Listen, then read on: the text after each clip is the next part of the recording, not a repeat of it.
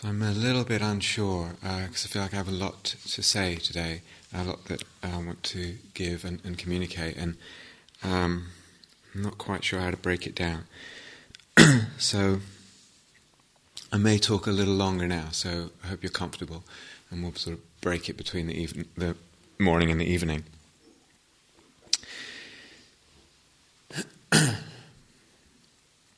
As I said a couple of times, we want to keep the sense of effort and engagement in this practice quite light.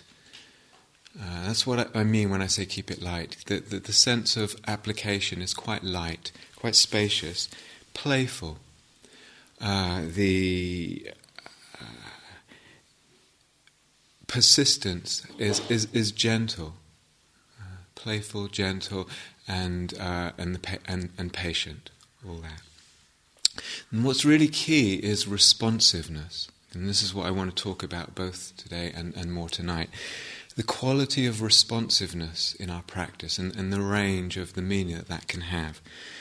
So just like if we are sailing a boat on the ocean, and one of those lovely big sailing ships, and it has several masts and different kinds of sails, and they don't call them steering wheels, do they? Call them helm or whatever, and a rudder and maybe even an engine.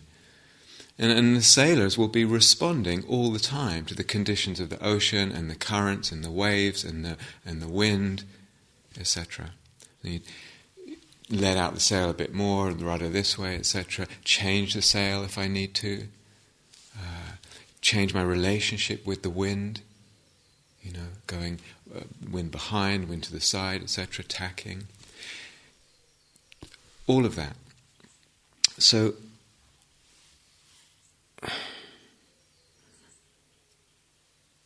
ideally, this kind of practice, what we're doing is we're actually wanting to encourage and nurture the harmonizing of the being, the harmonizing of the whole being, the collecting of the whole being in this stream of well-wishing.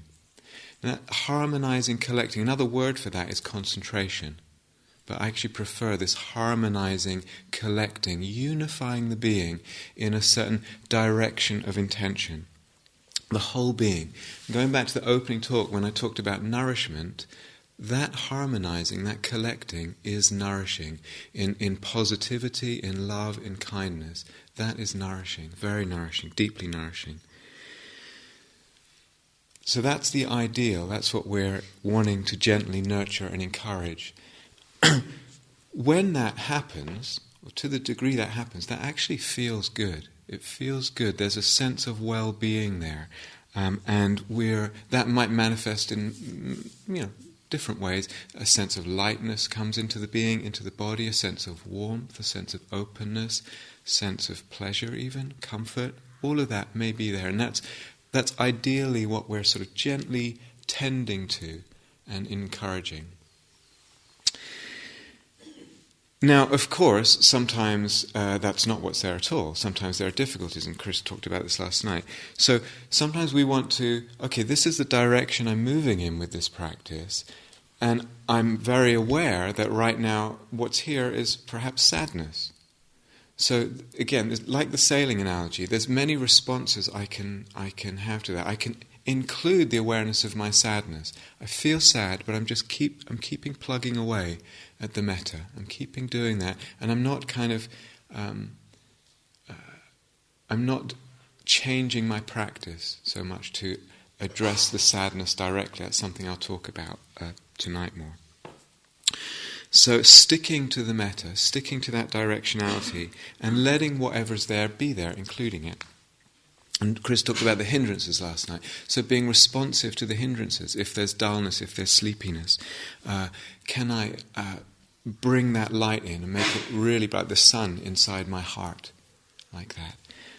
Can I reaffirm the uprightness of the body? Be aware of the spaciousness of the body. When there's sleepiness, the whole sense of awareness contracts. Expanding it again and really opening up the sense of space of the body can really help. Or the space of the room, also very helpful. And standing up, all of which Chris said. Doubt, again, Chris covered this. Trusting the practice, trusting this planting of the seeds, and asking questions when you come to the groups. I'm not sure. Or pondering it perhaps in yourself later. But postponing that to later, and right now just planting the seeds. If there's restlessness, really relaxing the body. Again, spaciousness, very helpful. Gentleness with the effort. And perhaps a closer connection to the phrases and the moment-to-moment intentionality, and really coming close there. Okay, so it's all humming along really nicely, and actually one begins to feel, there is this harmonizing. Wonderful. There's something I'm really dealing with, but I'm still moving in that direction. And then, the ocean being what it is, here I have a storm. And okay, bring the sails down, turn the engine on, whatever it is, change the practice. And I will talk about that tonight. What does it mean to then, and Chris talked about some last night, what does it mean then to really let the metta go in a way and change the form and directly address the difficulty of this sadness or this anger or whatever it is, the inner critic that's coming up. So we will go into that tonight. Okay, I want to talk about, within the metta practice, the sense of responsiveness and flexibility that's there, that it feels really important. So, see how it feels, but I hope it doesn't feel like too much information. I hope it feels digestible, and I might leave some out and just pepper it through the day so you can digest it more. The categories are fluid, so there's no necessary order to go through. You don't have to start with yourself. You really don't. You can do a whole session on yourself. You could do a whole session on the benefactor. Today we'll be introducing another category, the friend. You could do a whole session on that. You could divide it into 3, take 2 of those. It's like you got a bag of billiard balls and you're just, what's helpful now? I'm just picking out what's helpful. We want to build on what's easy, okay? Where we want to really emphasize what's easy and building on what's easy. You understand? So use the benefactor. The benefactor is who's easiest. Use that. Use that a lot so that we're encouraging this sense of really getting it going. Okay, then there's the phrases, and let's just talk a little bit about the phrases. Remember, not for everyone will the phrases be primary. In other words, it's okay if the phrases is really not what your practice seems to be centering around. There's the light and the body sense, which we'll talk more about. But if you're using the phrases, sometimes the mind is quite scattered, naturally, and so it can be really helpful to say each phrase twice, perhaps. May I be safe and protected. May I be safe and protected. The first time I'm not even quite there, and the second time I'm kind of pegged in more. Really, really skillful, if that feels helpful.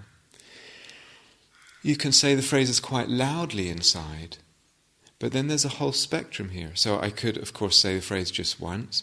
I could quieten the whole thing. Does it feel like it needs to be more of a whisper?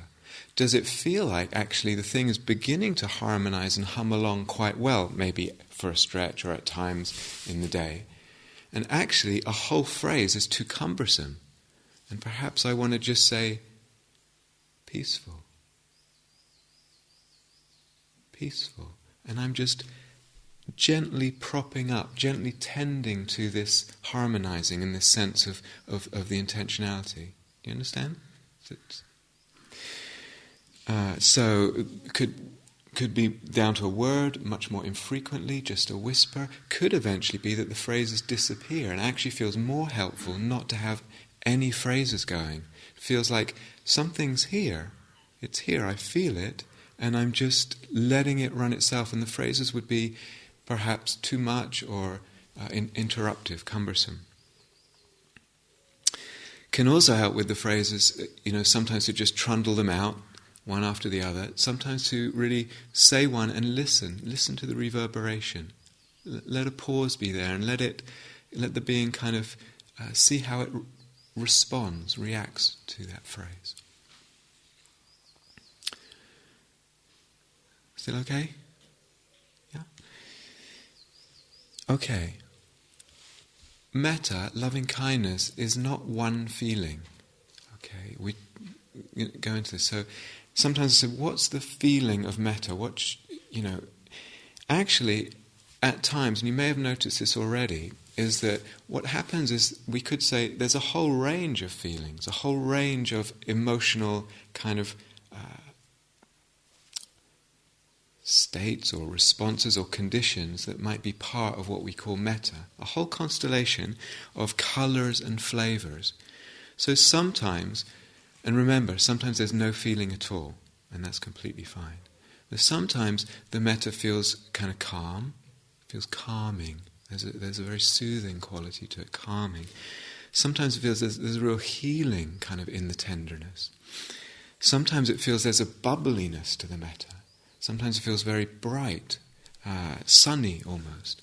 Sometimes warm. Sometimes there's gentleness. We want to allow this whole range. Okay, so it's all metta. It's not like there's one thing. And sometimes it colours more to compassion. It's almost like when there is metta and it meets someone's suffering, it turns naturally into compassion. I think Chris will be talking about compassion at some point later in the retreat. But that's okay. All these are the colours and the flavours of metta, and they're all good. So rather than one thing, is this metta? It's actually quite a broad range. And I repeat, really, really to be expected and totally fine. At times there's no feeling whatsoever. And that really doesn't matter. We're just planting the seeds. It's really a broad range here. Now, I keep saying, sensitive to the whole body, and this kind of light, delicate, spacious sensitivity to the whole body. Why is that important? Partly it's important for this harmonizing and the unification and the concentration. Partly it's important because, I don't know if you've noticed this so far, and you might have got a glimpse of it at times. I say a phrase, may I be peaceful, may you be peaceful. And if I'm sensitive to the body, I might notice that different phrases at times have different resonances, so to speak, in the body. So if I say peaceful, it sort of reverberates in the body, perhaps differently than the word happiness, or even ease. Does anyone know? Has anyone noticed this? Yeah? Good. That's actually very important. We want to be sensitive to that and just open without pressure. And if I feel, let's say I'm trundling through the phrases, and then I come to one, may I be peaceful, may you be peaceful, whatever it is. And then I notice, oh, that's interesting. There is a little something there. Nothing remarkable, just something. I want to stay with that perhaps for a while. And maybe I'll stay on that phrase and repeat that phrase. And it's like a swell in the ocean. I'm just riding that wave, surfing that wave for a little bit. You understand? Surfing the resonance and the good feeling. And then maybe that fades and then I move on. Make sense? Yeah?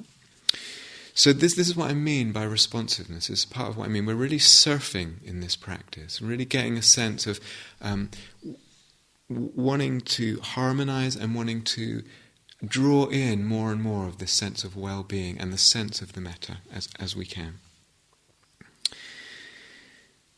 So, body, sensitive to the whole body, really important. I'll say this now, it might be too early, it might not, we'll see. This sensitivity to the whole body, and as I said, sometimes there's different resonances in there.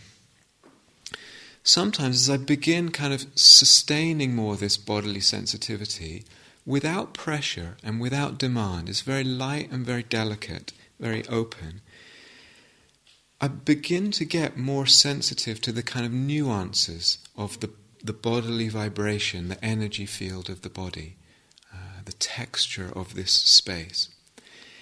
And I actually begin to notice, if I'm not pressuring too much, I'm just sensitive, just lightly sensitive, in a sense, there's already, oftentimes, not all the time, there's already a little bit of sense of something there in the field of the body, something that feels a little bit warm, a little bit open or light.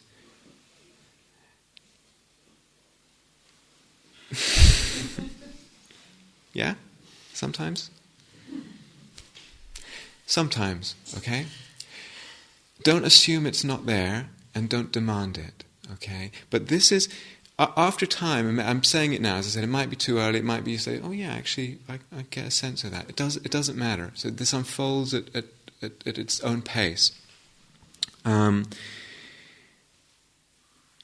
Is not necessarily remarkable at all. I'm not talking about fireworks necessarily. It might just be a very light sort of background tone. And that's the metta. Now, of course, feeding in the phrases, we're actually feeding that tone in the body. And one can begin to kind of have confidence that that's there and kind of just acknowledge that that's there and nourish that, feed that. And that becomes kind of a face of the metta, an expression of the metta. Something, actually we interpret it as metta.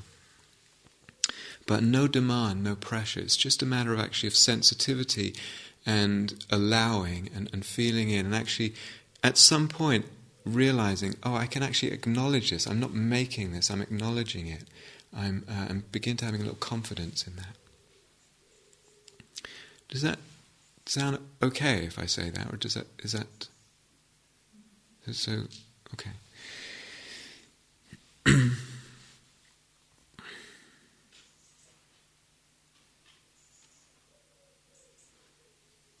All right, I've got a lot more to say. I'm only going to say one more thing and then maybe just feed some things as we practice today.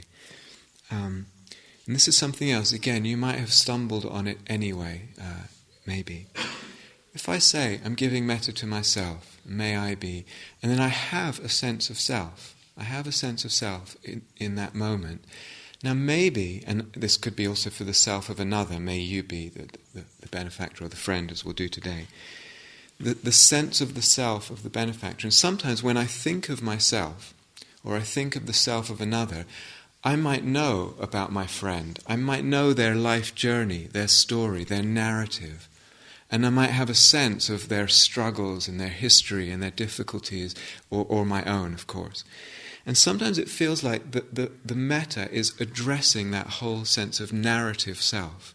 It's like, I know what you've been through, I know what you struggle with, and I kind of know your journey, and I'm addressing the self on the level of narrative, for me or for another. And that's really, really lovely and appropriate, beautiful. And at other times, with the sort of natural quietening of the being that comes with the metta practice, what actually happens is everything gets kind of simpler and, simpler. What we get as a sense of self is just this body and this beingness right now, and there's less of a sense of the narrative. Has anyone stumbled across this? Yeah? So, sometimes you can actually encourage that a little bit. As Chris said last night, the sense of self changes. It's changing all the time. But we want to be interested in this. Sometimes I'm directing it towards a narrative self, and sometimes it's more just the body and the being. It's very simple. In time, gradually, that body-being level of self begins to be the more prominent one. That's the kind of natural evolution of the metta, and there's a lot of healing there. Healing actually both levels, of course. But that's the one. So if you find yourself in that, letting yourself really let it be simple. You don't have to resurrect all this narrative level necessarily. Okay. So today, as I say, we're going to introduce another category, and that category we're getting more and more expansive in the range of our metta. That category is the category of the so-called friend. So friend means we've had the self and the benefactor. The friend is just, it's a friend, but it could be a spouse or a child or a parent or someone with whom there's some love, some history of connection and care. But it's almost a relationship that admits of more complexity than the benefactor. Benefactor is a very easy, simple relationship. Friend is, maybe we have a history, maybe we have argued, maybe we have fallen out in the past, maybe there are things that about you that rub me the wrong way at times, and vice versa. And that's all okay. But I know that I love you, and I know that we care about each other. So that's the friend. Just getting a little bit more broad. Understand? Okay. So, as I said, I'll leave the rest out and just try and weave it in as we go through today. So let's practice together now.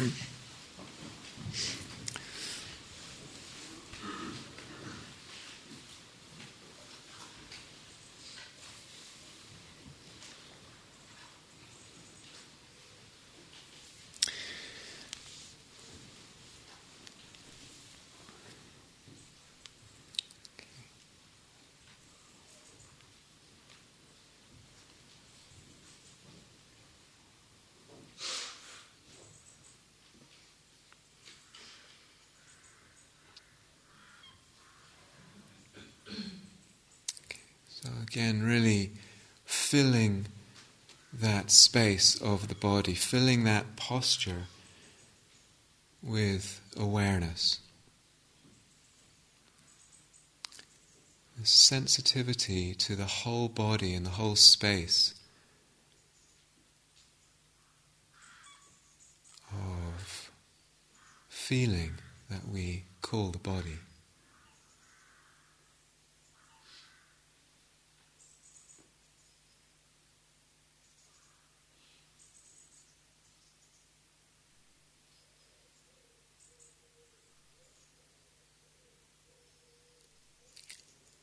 Just tuning in there for a while and really stretching the boundaries of this, just like that balloon. It keeps stretching outwards, perhaps even just a bit bigger than the body. And then within that is this light, delicate sensitivity, just openness to the texture of the vibration there. And you keep pushing it out, stretch it, and just sensitive to what it feels like, that space, that whole space, the totality of that space. The vibration there, the texture, the hum, the feeling.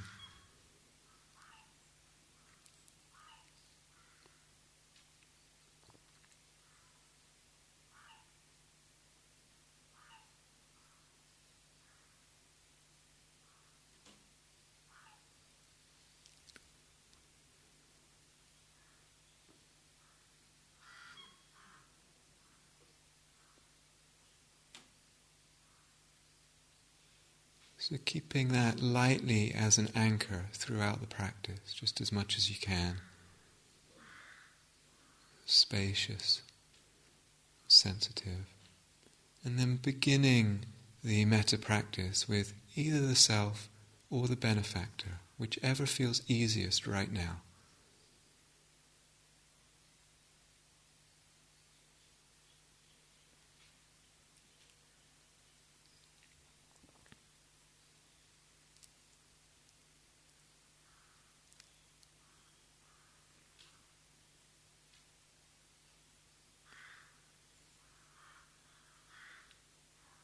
Letting yourself play and respond and use what feels helpful, whether it's more visual with the light, more with the phrases, more with the body sense, the warmth permeating in the body, even imagined warmth, imagined softness, imagined an energy of tenderness. So really not being afraid to use the imagination, the visual imagination, the kinesthetic imagination. And the heart follows, the heart follows.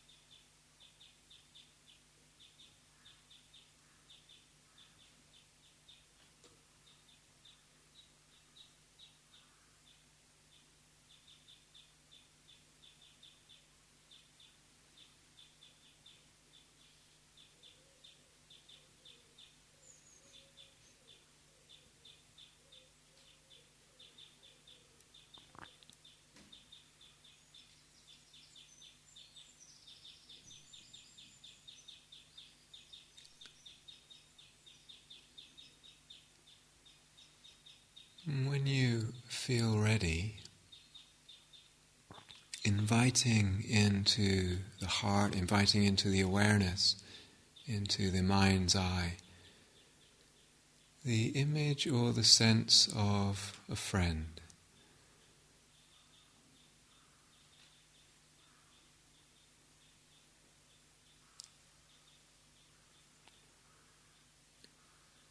Someone for whom there is certainly some love, some history, some care, but can be at times, like most human relationships, some complexity.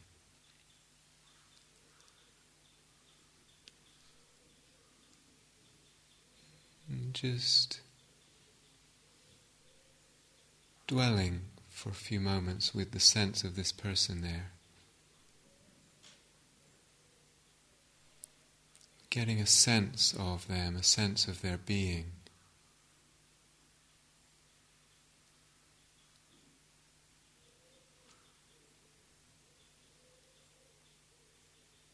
And again, a sense of their goodness, of their kindness, their beautiful qualities. Just tuning in to that.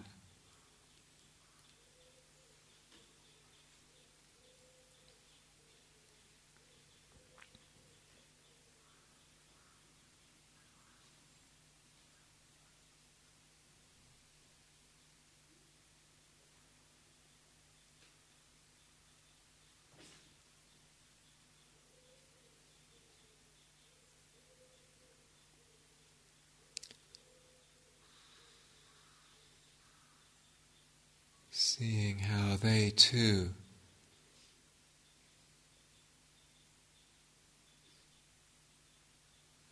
long for well-being naturally, beautifully, long for peace, for sense of harmony, health, ease, happiness.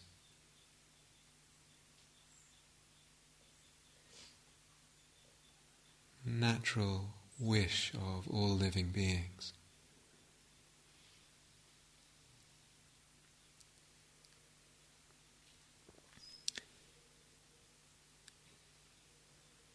And keeping that light, delicate sensitivity to the whole of your own body, beginning to extend the well-wishing, the loving kindness to this friend. To offer them the same care, the same tenderness, warmth.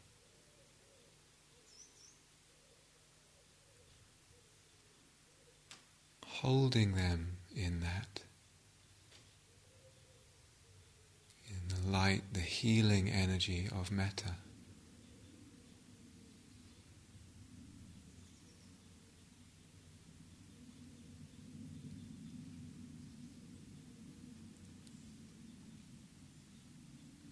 Bathing them in well-wishing, tending to them.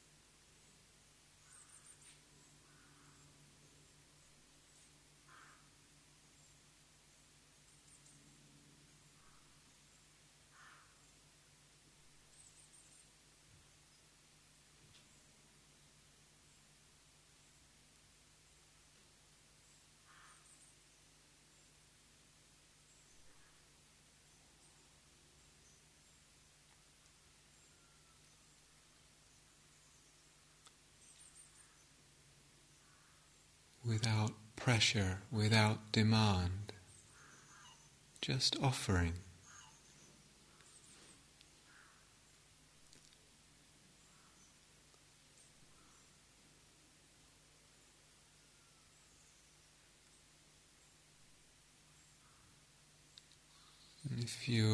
If you are a visual type, letting yourself play just a little bit with the light. But perhaps what would it be to see them, see this person, this friend, see them happy, see them smiling.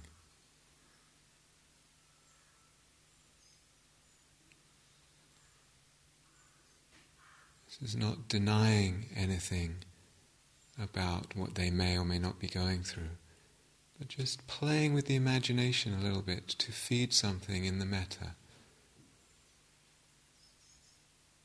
So what effect does that have to see them happy, smiling,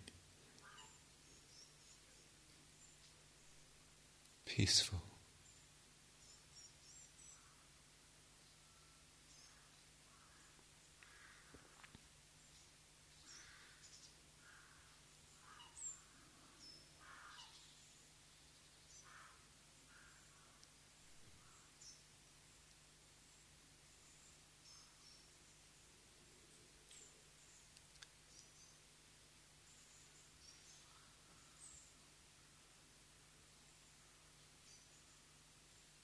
Again, if you're a visual type, you could imagine yourself touching them with kindness, stroking them tenderly, expressing kindness somehow to them. Actually imagine yourself doing that.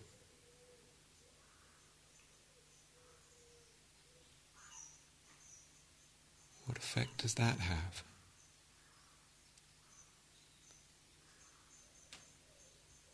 So letting yourself play a little bit.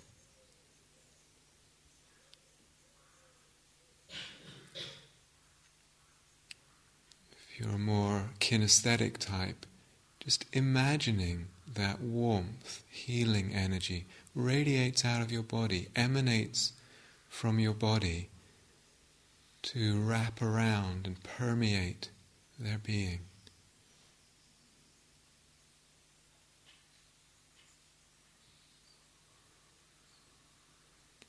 Lots of possibilities. Just play, be light.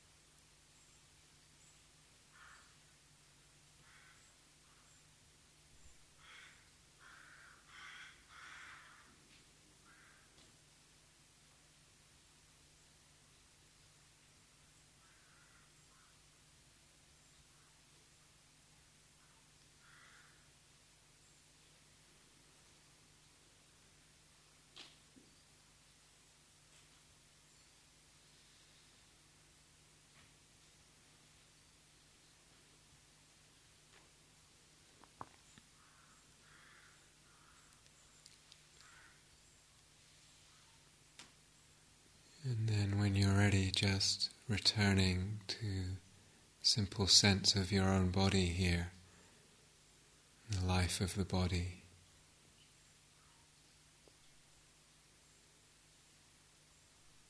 Grounded and open.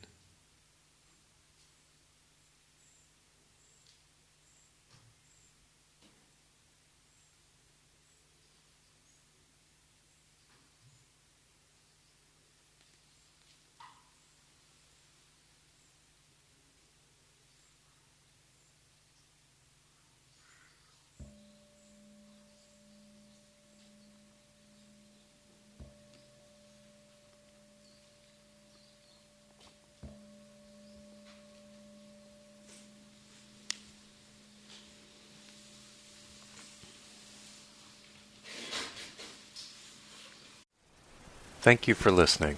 To learn how you can support the teachers and Dharma Seed, please visit dharmaseed.org.